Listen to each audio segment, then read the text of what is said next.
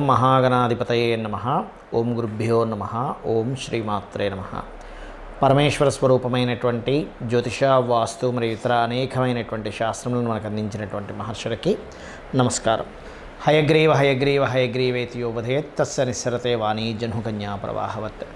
అరుణాం కరుణాతరంగితాక్షీం ధృతపాశాంకుశపుష్పబాణచాపాం అనిమాదిభిరావృతాం మయూకైః అహమిత్యేవ విభావయే భవానీం. శ్రీమాత్రే నమః.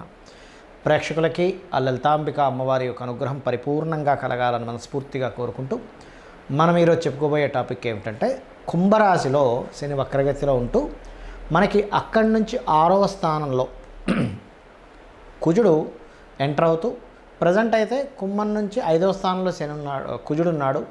తన శని వక్రించినందుకు తన యొక్క కాంబినేషన్, తన యొక్క దృష్టి 5-9 యాక్సెస్లో ఉంటూ, దాని తర్వాత అక్టోబర్ 20వ తేదీ నుంచి కుజుడు కర్కాటక రాశిలోకి వస్తాడు. అలా కర్కాటక రాశిలో నీచంలో ఉన్నప్పుడు కుజుడి మీద దృష్టి ఉన్నందుకు అసలు ద్వాదశ లగ్నాల వారు ఏ విషయాల పట్ల జాగ్రత్తగా ఉండాలి, ఏ విషయాల్లో బాగుంటుంది, మరియు అదేవిధంగా ఏ పరిహార మార్గం చేసుకోవాలి, ఈ యొక్క విషయాలు చెప్తుంది నేనైనప్పటికీ కూడా చెప్పేస్తుంది సాక్షాత్ లలిత అమ్మవారిగా భావిస్తూ ఒక్కొక్క లగ్నం గురించి, లగ్నం తెలియని వారి రాశి గురించి తెలుసుకుందాం. మకర లగ్నము, మకర రాశి. మకరం వారి కనుక చూసుకున్నట్లయితే ఇక్కడ 2వ స్థానాన్ని, 7వ స్థానాన్ని శని కుజులు రూలింగ్లోకి వెళ్తుంది. ఎప్పటి నుంచి అక్టోబర్ మాసం 20వ తేదీ నుంచి ఒక 5 నెలలు, 4.5 నెలల పాటు ఈ రూలింగ్ జరుగుతూ ఉంటుంది. దానికంటే ముందు కుజుడు 6వ స్థానం ఉంటున్నాడు మీకు. అయితే 6లో ఉండేటువంటి కుజుడు శత్రువుపై జయాన్ని ఇస్తాడు. కాకపోతే ఎప్పుడైతే మీకు ఈ 20వ తేదీ నుంచి అక్టోబర్ 20 నుంచి సప్తమంలో కుజుడు వచ్చి 2లో శని ఉంటాడో, ఈ కాంబినేషన్ ఎటువంటి రిజల్ట్స్ ఇస్తుంది అని చెప్పి చూసుకున్నట్లయితే ఇట్స్ వెరీ క్లియర్.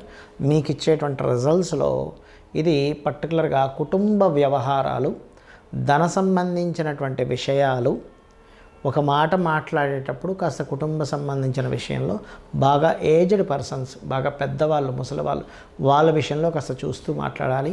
అదేవిధంగా 7వ స్థానంలో కుజుడు ఉన్నందుకు పార్ట్నర్షిప్స్, వివాహాలు, పార్ట్నర్షిప్స్లో ఏదైనా భూములు కొనుగోలు చేసేటువంటి అంశాలు, బికాజ్ ఆఫ్ చతుర్థాధిపతి నీచబడ్డాడు 7వ స్థానంలో, లేదా జీవిత భాగస్వామి పేరు మీద ఏదైనా భూమి కొనడము, లేనట్లయితే జీవిత భాగస్వామికి కొంత వాళ్ళ యొక్క జాబ్ సంబంధించిన విషయంలో స్ట్రెస్, ఇటువంటివి ఏర్పడుతూ ఉంటాయి. మరి దీని తర్వాత ఈ యొక్క ఫేజ్ అంటారు దీన్ని. ఈ ఫేజ్ రన్ అయినప్పుడు మనిషి ఏదైతే అనుభవాలు అనుభవిస్తాడో దాని తర్వాత ఆ విషయంలో బాగా స్ట్రాంగ్ అవుతాడు. ఇటువంటి విషయాల్లో ఫైనాన్షియల్గా స్ట్రాంగ్ అవుతాడు ఈ ఫేజ్ అయిన తర్వాత. అదేవిధంగా సమాజంలో ఎలాగ ఉండాలి, ఎలా మెదలాలి, సమాజాన్ని ఎలా ఎదుర్కోవాలో తెలుసుకుంటాడు. అదేవిధంగా ఒక ల్యాండ్ రిలేటెడ్ సంబంధించిన బోల్డంత జ్ఞానం సంపాదిస్తాడు. టెక్నికల్ ఎడ్యుకేషన్, టెక్నికల్ రిలేటెడ్ వాటిల్లో బోల్డంత జ్ఞానాన్ని సంపాదించుకుని అటువంటి విషయాలు ఎలా ముందుకు వెళ్ళాలనేటువంటి విషయాలు బాగా తెలుసుకుంటాడు దాని తర్వాత. అదేవిధంగా ఇక్కడ మీరు ముఖ్యంగా ఏంటంటే వారాహి అష్టోత్తరం ఎక్కువగా చేయండి. వీలైతే మీరు మీ జీవిత భాగస్వామికి కలిసి వారాహి క్షేత్రాలకు ఎక్కువగా వెళ్ళండి. మరియు అదేవిధంగా ఎటువంటి మనీ ట్రాన్సాక్షన్ జరుగుతున్నా సరే ఆంజనేయ స్వామిని కానీ, సుబ్రహ్మణ్యేశ్వర స్వామిని కానీ, వెంకటేశ్వర స్వామిని కానీ తలుచుకొని ఆ ట్రాన్సాక్షన్ చేయండి. ఖచ్చితంగా మీకు బాగుంటుంది. ఈ శని కుజులు పరస్పర వీక్షణ, ఇది ఒక 4-5 నెలలు ఉంటుంది కాంబినేషన్, ఇవన్నీ మనం చెప్పుకున్నాం.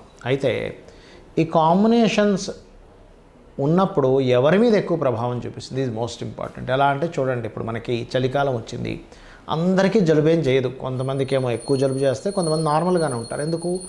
వాళ్ళల్లో ఆ శక్తి ఉంది, తట్టుకునే శక్తి కొంతమందికి ఉంది, కొంతమందికి తట్టుకునే శక్తి లేదు. ఇన్ఫెక్షన్స్ వచ్చినప్పుడు కొంతమందికి వస్తుంది, కొంతమందికి రాదు. అంటే అర్థం ఏమిటంటే వాళ్ళల్లో ఇన్బిల్ట్గా ఉన్నటువంటి శక్తి ఏదైతే ఉందో అది వాళ్ళని రూల్ చేస్తుంది. అది గుర్తుపెట్టుకోవాలి.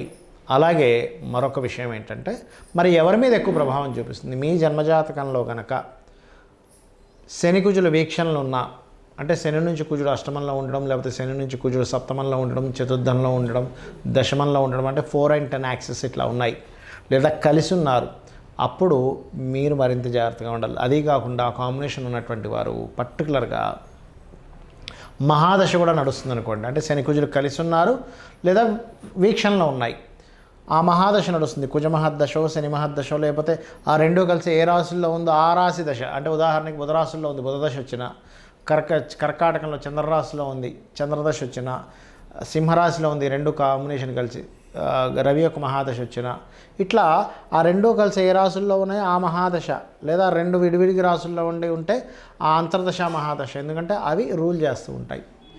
కాబట్టి ఇది గుర్తుపెట్టుకోండి. మరి కొంతమందికి ఏమండి మాకు రాశి తెలియదు, నక్షత్రం తెలియదు, లగ్నం తెలియదు, మేము ఏం చేయాలని అడుగుతూ ఉంటారు. అలాంటి వారు చేయవలసింది ఏమిటి అంటే సింపుల్గా ఏమీ లేదు. ఇక్కడ మీకు దగ్గరలో గోశాల ఉన్నట్లయితే గోవు దగ్గరికి వెళ్ళి చక్కగా మీరు క్యారెట్లు బెల్లము తినిపించండి. మంత్రం ఏం చేసుకోవాలి?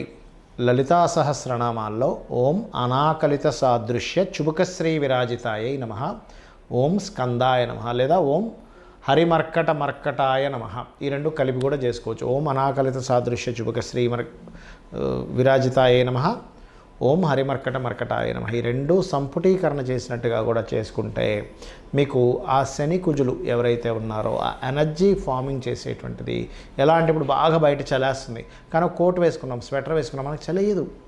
ఎందుకు? బయట చలి ఉంది కదండి అంటే మీరు ఒక రక్షణ కవచాన్ని పెట్టుకున్నారు. అలాగే ఒక మంత్రం అనేటువంటిది ఏం చేస్తుందంటే ఆ ఎనర్జీని ఫామ్ అవ్వనివ్వకుండా చేస్తుంది. ఇది గుర్తుపెట్టుకోండి.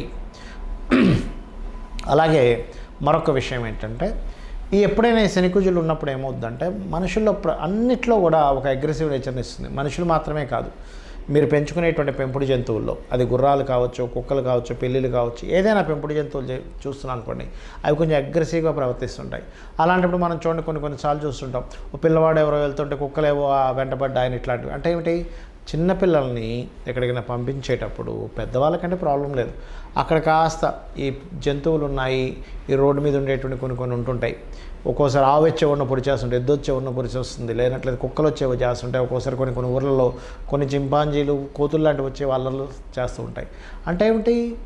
జీవజాతిలో ఆ కాంబినేషన్ అనేటువంటిది ఒక అగ్రెసివ్ నేచర్ని క్రియేట్ చేస్తుంది. మనుషుల్లో ఒక అగ్రెసివ్ నేచర్ని క్రియేట్ చేస్తుంటుంది. చిన్న చిన్న విషయాలకే గొడవలు పెట్టేసుకుంటూ ఉంటారు.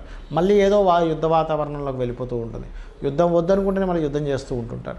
ఇలాంటివన్నీ కూడా జరుగుతుంటాయి. కాబట్టి మీరు కనుక ఈ రెండు నామాలు రెగ్యులర్గా కనుక చేస్తూ నువ్వులు కందులు దానంగా ఇస్తూ ఉన్నట్లయితే మీకు డేట్ ఆఫ్ బర్త్ ఉన్నా లేకపోయినా మీ గ్రహస్థితి తెలిసినా తెలియకపోయినా ఇబ్బంది ఉండదు. అయితే ఇక్కడ ముఖ్యంగా గోచార గ్రహం యొక్క ప్రభావం కొంతే ఉంటుంది. మీకు ముఖ్యంగా మీ జన్మజాతకంలో లగ్నం ఎలా ఉంది, మీ స్థితి తెలుస్తుంది. మీ ధనాధిపతి ఎలా ఉన్నాడు, మీరు ఏ రంగంలోకి వెళ్తే ధనం సంపాదిస్తారో తెలుస్తుంది. మీ సిబ్లింగ్ కారకుడు ఎలా ఉన్నాడు, మీకు సహకరించే వాళ్ళు ఎవరెవరో తెలుస్తుంది.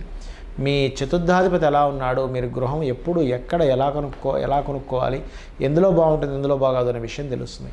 అదేవిధంగా మీ సంతానము, మీరు పూర్వజన్మలో చేసినటువంటి కర్మ, వివాహ జీవితము, ఆల్ ఆఫ్ సడన్గా ఎప్పుడు మార్పులు వస్తున్నాయి. ఏ ఉద్యోగంలో వెళ్తే మీరు సెటిల్ అవుతారు, ఏ వ్యాపారం చేస్తే బాగుంటుంది, మీకు ఇన్వెస్ట్మెంట్స్ ఎప్పుడు చేయాలి, విదేశాలకు వెళ్ళాలా వద్దా, ఎక్కడ టర్నింగ్ పాయింట్ ఉంది, ఎక్కడ మీరు లక్కీ నెంబర్స్ని ఎలా ఎంచుకోవాలి, ఇవన్నీ కూడా మీ జన్మజాతకంలో ఉంటాయి. అంటే మీ జన్మజాతకం 90% టు 80 to 90% రూల్ చేస్తే ఒక 10 to 20% గోచారం రూల్ చేస్తూ ఉంటుంది. అంటే గోచారంలో ఈ కండిషన్ ఉంది కాబట్టి మీ జన్మజాతకంలో కూడా ఆ కండిషన్ సంబంధించి నడుస్తున్నప్పుడు మీరు జాగ్రత్త చూసుకోవాలి.